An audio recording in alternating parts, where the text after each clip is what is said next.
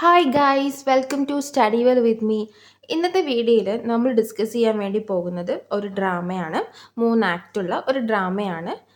ഫെഡറിച്ച് Dürrenmatt എഴുതിയ the visit എന്നാണ് നാടകത്തിൻ്റെ പേര്. അപ്പം നമുക്ക് ഒട്ടും ലേറ്റ് ആക്കാതെ നമ്മുടെ വീഡിയോയിലേക്ക് കിടക്കാം. അതിന് മുന്നായിട്ട് ഈ ചാനൽ ആദ്യമായിട്ടാണ് നിങ്ങൾ കാണുന്നുണ്ടെങ്കിൽ എല്ലാവരും ഒന്ന് ചാനലിനെ സബ്സ്ക്രൈബ് ചെയ്ത് സപ്പോർട്ട് ചെയ്യാം. അപ്പം നമുക്ക് ആദ്യം തന്നെ ഫെഡറിച്ച് ഡ്യൂറൻമാറ്റ് ആരാണെന്ന് നോക്കാം. അദ്ദേഹം ജനിക്കുന്നത് ജനുവരി 5, 1921 മരിക്കുന്നത് December 14, 1990. He was a Swiss author and dramatist. ഇതൊക്കെ സിമ്പിൾ പോയിന്റ് ആണ്, അതുകൊണ്ട് ഞാൻ എക്സ്പ്ലെയിൻ ചെയ്യുന്നില്ല. He was a proponent of epic theatre whose plays reflected the recent experiences of world war second. The politically active author's work included avant-garde dramas, philosophical crime novels, and macabre satire. അദ്ദേഹത്തിൻ്റെ 2 notable works ആണ് the physicist, the visit. ഇതിലെ വിസിറ്റാണ് നമ്മൾ ഇന്ന് discuss ചെയ്യാൻ വേണ്ടി പോകുന്നത്. അടുത്തത് characters നോക്കാം. ക്ലെയർ സെക്കനാസിയൻ, Alfred third, teacher, black panther, butler, husbands 7 to 9, Coby and Loby. ഇത്രയുമാണ് ക്യാരക്ടേഴ്സ്. ഈ നാടകത്തെ പറ്റി പറയുകയാണെങ്കിൽ ഈ നാടകം പബ്ലിഷ് ചെയ്തത് 1956. ഈ നാടകം എഴുതിയത് ജർമ്മൻ ഭാഷയിലാണ്. അപ്പോൾ ജർമ്മൻ ഭാഷയിൽ വരുമ്പം ഇതിൻ്റെ ടൈറ്റിൽ വരുന്നത് ഡർ ബാസേജ് ഡർ ആൾട്ടൺ ഡെയിം എന്നാണ് ജർമ്മൻ ഭാഷയിലെ ഈ നാടകത്തിൻ്റെ ടൈറ്റിൽ വരുന്നത്. പിന്നെ ഇത് 3 ആക്റ്റുള്ള ഒരു പ്ലേ ആണ്. അപ്പോൾ അതിൻ്റെ പ്ലോട്ട് സമ്മറിയാണ് നമ്മൾ ഇനി പറയാൻ വേണ്ടി പോകുന്നത്.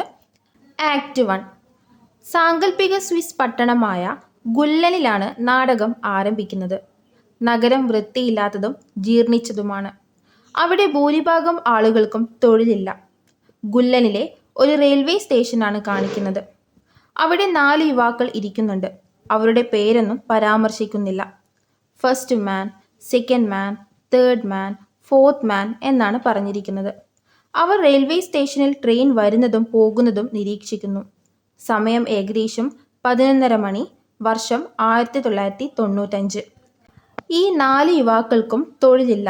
അവർ പരസ്പരം സംസാരിക്കുന്നത് അവരുടെ പട്ടണത്തിൻ്റെ തകർച്ചയെ പറ്റിയാണ്. ഈ യുവാക്കൾ റെയിൽവേ സ്റ്റേഷനിൽ കാത്തിരിക്കുന്നത് ക്ലെയർ സെക്കാനിസിനെയാണ്. അവളൊരു കോടീശ്വരിയാണ്. ഈ യുവാക്കൾ പ്രതീക്ഷിക്കുന്നത് ക്ലെയർ വന്നു കഴിഞ്ഞാൽ തങ്ങളുടെ പട്ടണം പഴയ പ്രതാപത്തിലേക്ക് തിരിച്ചു കൊണ്ടുവരാൻ ഒരു സംഭാവന അവൾ നൽകുമെന്നാണ്. School master, mayor, the priest, Alfred third ഇവരൊക്കെ റെയിൽവേ സ്റ്റേഷനിൽ എത്തുകയും ക്ലെയറിനെ സ്വീകരിക്കാനുള്ള ഒരുക്കങ്ങൾ നടത്തുകയും ചെയ്യുന്നു. ഗുല്ലൻ്റെ ഗായക സംഘം, ബാൻഡ് മേളം, മേയറുടെ പ്രസംഗം, വിപുലമായ സ്വാഗത ചടങ്ങോടെ ക്ലെയറെ അവരുടെ പട്ടണത്തിലേക്ക് സംഭാവന ചെയ്യാൻ പ്രേരിപ്പിക്കുമെന്ന് അവർ പ്രതീക്ഷിക്കുന്നു. ആൽഫ്രഡ് തേർഡ് ക്ലെയറിൻ്റെ മുൻ കാമുകനായിരുന്നു. അവരുടെ യുവ പ്രണയത്തെക്കുറിച്ചുള്ള ഗൃഹാതുരത്തെ ആകർഷിക്കാനാണ് ആൽഫ്രഡ് മൂന്നാമനെ മേയർ കൊണ്ടുവന്നത്. ഗുല്ലൻ സ്റ്റേഷനിൽ എക്സ്പ്രസ് ട്രെയിനൊന്നും നിർത്താറില്ല. പക്ഷേ ക്ലെയർ വന്ന എക്സ്പ്രസ് ട്രെയിൻ അവിടെ നിർത്തി. അത് കണ്ട പട്ടണവാസികൾക്ക് അത്ഭുതം തോന്നി. ക്ലെയർ എമർജൻസി ബ്രേക്ക് പിടിച്ചാണ് ട്രെയിൻ നിർത്തിയത്. അവളുടെ ഈ പ്രവൃത്തി കണ്ട് ട്രെയിൻ സൂപ്പർവൈസർ ദേഷ്യപ്പെട്ടു. അതുകൊണ്ട് തന്നെ ക്ലെയർ അദ്ദേഹത്തിന് അനേകായിരം $1000 നൽകാമെന്ന് വാഗ്ദാനം നൽകി. ഇനി പറയുന്നത് ക്ലെയറിൻ്റെ അപ്പിയറൻസിനെ പറ്റിയാണ്. ധാരാളം മേക്കപ്പ് അവൾ ഇട്ടിട്ടുണ്ട്. അവൾ ആഡംബരമായ ആഭരണങ്ങൾ കൊണ്ട് നിറഞ്ഞിരുന്നു. ആൽഫ്രഡ് മൂന്നാമൻ അവളെ സ്വീകരിക്കാനായി മുന്നോട്ടേക്ക് പോകുന്നു. 45 വർഷത്തിന് ശേഷമാണ് ഇരുവരും കണ്ടുമുട്ടുന്നത്. അവർ പ്രണയത്തിലായിരിക്കുമ്പോൾ പരസ്പരം വളർത്തുമൃഗങ്ങളെ കൈമാറിയിരുന്നു. ആൽഫ്രഡ് മൂന്നാമൻ ക്ലെയറിനെ കണ്ടപ്പോൾ വിളിച്ചത് ലിറ്റിൽ വൈൽഡ് കാറ്റ് എന്നും ലിറ്റിൽ സോസറസ് എന്നുമാണ്. സോസറസ് എന്നാൽ മന്ത്രവാദിനി. എന്നാൽ ക്ലെയർ ആൽഫ്രഡ് മൂന്നാമനെ വിളിച്ചത് ബ്ലാക്ക് പാന്തർ എന്നാണ്. അവളുടെ കൂടെ വന്നിരിക്കുന്നത് അവളുടെ 7ാമത്തെ ഭർത്താവാണ്. പിന്നെ 2 സെർവൻസുമുണ്ട്. ഹസ്ബൻഡിനെ അവർക്കെല്ലാം പരിചയപ്പെടുത്തി ക്ലെയർ. ഹസ്ബൻഡിൻ്റെ പേര് പെഡ്രോ എന്നാണ്. അങ്ങനെ ഗ്രാമവാസികൾ ബാൻഡ് മേളത്തോടു കൂടിയും പാട്ടുകൾ പാടിയും ക്ലെയറിന് ഗ്രാമത്തിലേക്ക് സ്വാഗതം നൽകി. ക്ലെയർ ഗായക സംഘത്തെ അഭിനന്ദിച്ചു.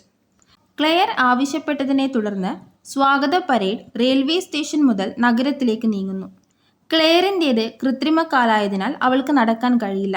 അതിനാൽ അവളുടെ സേവകരായ റോബിയും ടോബിയും അവളെ കസേരയിലിരുത്തി എടുത്തുകൊണ്ടുപോകുന്നു.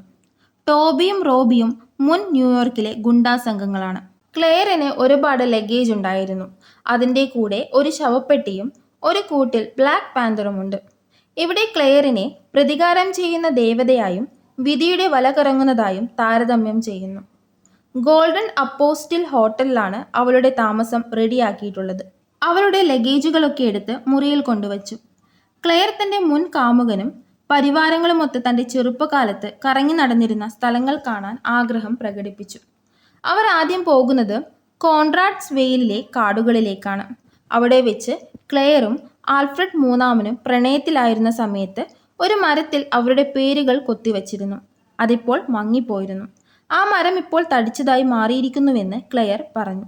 ക്ലെയറിന് ആൽഫ്രഡ് മൂന്നാമനോട് തനിച്ച് സംസാരിക്കണമായിരുന്നു. അതുകൊണ്ട് തന്നെ ബാക്കിയുള്ളവരെയൊക്കെ പിരിച്ചുവിടുന്നു. താനും ആൽഫ്രഡ് മൂന്നാമനും ഒരിക്കൽ ചുംബിച്ച പാറക്കെട്ടുകളും അവർ പ്രണയിച്ച മരങ്ങളും കുറ്റിക്കാടുകളും ശ്രദ്ധിച്ച ക്ലെയർ അവരുടെ പ്രണയത്തെക്കുറിച്ച് ഓർക്കുന്നു. അവരുടെ പ്രണയം അത്രയും സ്ട്രോങ് ആയിരുന്നുവെങ്കിലും ആൽഫ്രഡ് മൂന്നാമൻ ധനികയായ മെറ്റിൽഡ ബ്ലംഹാർഡിനെ വിവാഹം കഴിക്കാൻ തീരുമാനിച്ചു. ആൽഫ്രഡ് മൂന്നാമൻ കാര്യങ്ങളൊക്കെ ഇങ്ങനെ സംഭവിച്ചതിൽ ദുഃഖം പ്രകടിപ്പിച്ചു. ഗുല്ലനിലെ അവസ്ഥ മാറാൻ കുറച്ച് പണം തന്ന് സഹായിക്കാൻ അവൻ ക്ലെയറിനോട് ആവശ്യപ്പെട്ടു. പണം നൽകാം എന്നവൾ പറഞ്ഞു. ആവേശഭരിതനായ ആൽഫ്രഡ് മൂന്നാമൻ ക്ലെയറിൻ്റെ കയ്യിൽ ചുംബിച്ചു. പക്ഷേ അവൻ പെട്ടെന്ന് തന്നെ ഞെട്ടിപ്പോയി. കാരണം അവളുടെ കൈയും കൃത്രിമ കൈയാണ്. അങ്ങനെ അവൻ തിരിച്ച് ഹോട്ടലിലേക്ക് പോവുകയാണ്. ബാൻഡ് മേളം തുടങ്ങുന്നതിന് മുൻപ് അവൾ പറഞ്ഞു തൻ്റെ ഭർത്താവിനെ വിവാഹമോചനം ചെയ്യുകയും ഒരു ജർമ്മൻ സിനിമാ താരത്തെ വിവാഹം കഴിക്കുകയും ചെയ്യുമെന്ന് അവൾ അവിടെ വെച്ച് പ്രഖ്യാപിച്ചു. കാരണം അവൾക്ക് മുന്നേ ഒരു ആഗ്രഹമുണ്ടായിരുന്നു, ഗുല്ലൻ്റെ കത്തീഡ്രലിൽ വച്ചൊരു വിവാഹം. ആ ആഗ്രഹം സഫലീകരിക്കാൻ അവൾ ആഗ്രഹിക്കുന്നു. ശേഷം മേയർ ക്ലെയറിനെ പ്രശംസിച്ചുകൊണ്ട് പ്രസംഗം നടത്തുന്നു. ഗുല്ലൻ പട്ടണത്തെ സഹായിക്കാൻ അവൾ ആഗ്രഹിക്കുന്നുവെന്നവൾ പറഞ്ഞു. ഒരു ബില്ലിൻ്റെ പകുതി പട്ടണത്തിനും ബാക്കി പകുതി കുടുംബങ്ങൾക്കിടയിൽ തുല്യമായി വീതിച്ചു നൽകാമെന്നും അവൾ പ്രഖ്യാപിച്ചു. ഒപ്പം തന്നെ അവൾക്ക് നീതി വേണമെന്നും അവൾ ആവശ്യപ്പെട്ടു. അവൾ തൻ്റെ കാര്യം ബോധിപ്പിക്കാൻ ബോബി ദി ബട്ട്ലറിനെ വിളിച്ചു. ആ മനുഷ്യൻ തൻ്റെ ഇരുണ്ട കണ്ണട നീക്കം ചെയ്തപ്പോൾ സ്കൂൾ മാസ്റ്ററിന് അവനെ ഗുല്ലൻ്റെ മുൻ ചീഫ് ജസ്റ്റിസ് ഹോഫർ ആണെന്ന് തിരിച്ചറിയുന്നു. ബട്ട്ലർ പറഞ്ഞു, ഗുല്ലൻ്റെ ചീഫ് ജസ്റ്റിസ് ആയിരിക്കുമ്പോൾ 17-കാരിയായ ക്ലെയർ ആൽഫ്രഡ് തേർഡിനെതിരെ ഒരു കേസ് കൊടുത്തു. അതൊരു പിതൃത്വ കേസായിരുന്നു. ബട്ട്ലറാണ് മധ്യസ്ഥൻ. ആ കുഞ്ഞിൻ്റെ പിതാവല്ല ആൽഫ്രഡ് എന്ന് നിഷേധിക്കുകയും സാക്ഷികളെ കൊണ്ടുവരികയും ചെയ്തു. സാക്ഷികളാണ് കോബിയും ലോബിയും പിന്നെ ജേക്കബ് ഡക്ലിങ്ങും വാൾട്ടർ പെർച്ചും. സാക്ഷികൾക്ക് ആൽഫ്രഡ് മൂന്നാമൻ കൈക്കൂലി നൽകി. വർഷങ്ങൾക്ക് ശേഷം പ്രതികാര ബുദ്ധിയുള്ള ക്ലെയർ കള്ളസാക്ഷിക്കാരെ കണ്ടെത്തി അവരെ ക്രോസ് ചെയ്യുകയും അന്ധരാക്കുകയും ചെയ്തു. കേസിൽ പരാജയപ്പെട്ടതിനാൽ ക്ലെയർ ഗുല്ലൻ നഗരം വിട്ടുപോയി. തൻ്റെ കുട്ടിയെ വളർത്താൻ വേണ്ടി പ്രോസ്റ്റിറ്റ്യൂട്ടായി. അവളുടെ കുഞ്ഞ് 1 വർഷം മാത്രമേ ജീവിച്ചിരുന്നുള്ളൂ. ശേഷം അവൾ പറഞ്ഞു, ഞാനൊരു $1 ബില്യൺ തരണമെങ്കിൽ ഒരു വ്യവസ്ഥയുണ്ട്. ആ വ്യവസ്ഥ ആരെങ്കിലും ആൽഫ്രഡ് മൂന്നാമനെ കൊല്ലണമെന്നാണ്. മേയർ ക്ലെയറിനോട് പറഞ്ഞു. ഈ ആവശ്യത്തോട് താൻ ഒരിക്കലും യോജിക്കില്ല എന്ന്. ക്ലെയർ തിരിച്ചു മറുപടി പറഞ്ഞു, നിങ്ങൾ ആലോചിച്ചിട്ട് പറഞ്ഞാൽ മതി, ഞാൻ വെയിറ്റ് ചെയ്യാം. ഇതാണ് ആക്ട് ഫസ്റ്റിൻ്റെ സമ്മറി. ബാക്കി 2 ആക്ടിൻ്റെ സമ്മറി അടുത്ത വീഡിയോയിൽ ചെയ്യാം. അപ്പം നിങ്ങൾക്ക് വീഡിയോ ഇഷ്ടപ്പെട്ടിട്ടുണ്ടെങ്കിൽ തീർച്ചയായിട്ടും വീഡിയോ സബ്സ്ക്രൈബ് ചെയ്യുക. അതുപോലെ തന്നെ ചാനലൊന്ന് സബ്സ്ക്രൈബ് ചെയ്യുക.